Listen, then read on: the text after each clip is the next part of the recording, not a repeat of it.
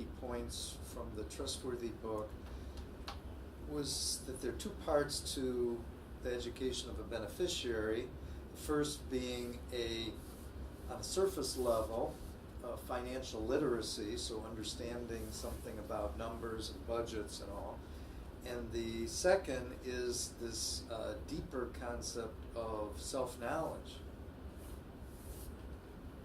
Is that consistent with what we've been talking about? I think so. Mm-hmm. I think that everything we've been talking about is how does the beneficiary not get destroyed by what's been bestowed on them.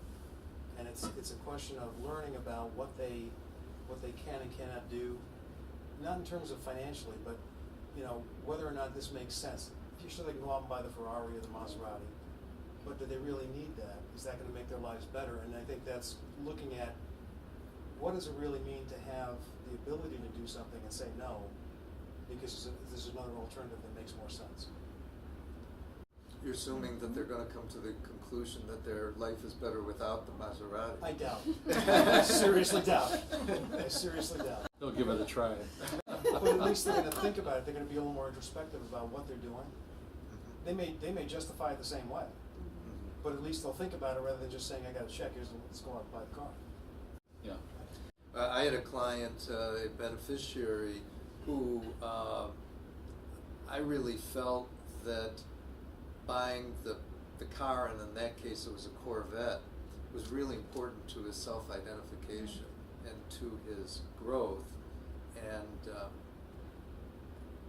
he really enjoyed it. Right. Yeah. I mean, he was the rare, right. Yeah.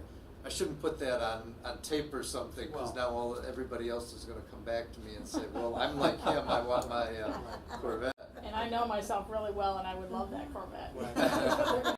It was a classic, too. Right. Well, Dan, if you take a look at what you were just saying, you could look at number 8 that we're discussing, Yeah. and go back to number 5, where it sets the table with the opportunity for trustees to educate the next generation and promote maturity.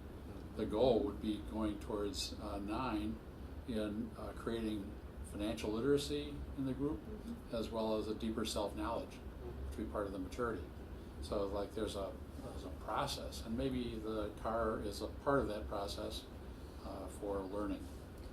It certainly was an example of the person who wanted the house. Yeah, really, yeah, right. And it goes back to the earlier point about context. A car in itself can go in many directions, but the context of the point of it is it education? Is it learning? Is it learning through experiential learning of making decisions and which ones work well and which ones don't? It's also a self-awareness that they know who they are, what they need. Are they doing it to impress somebody else, or is it to fulfill a goal that they have? And I think that's part of the difference. It's not just how much is it, but how does it add to their life, right? So that what I'm hearing is also that it comes back to an assessment of the situation, of the people, of the context, to really be able to be clear, to move in the right direction.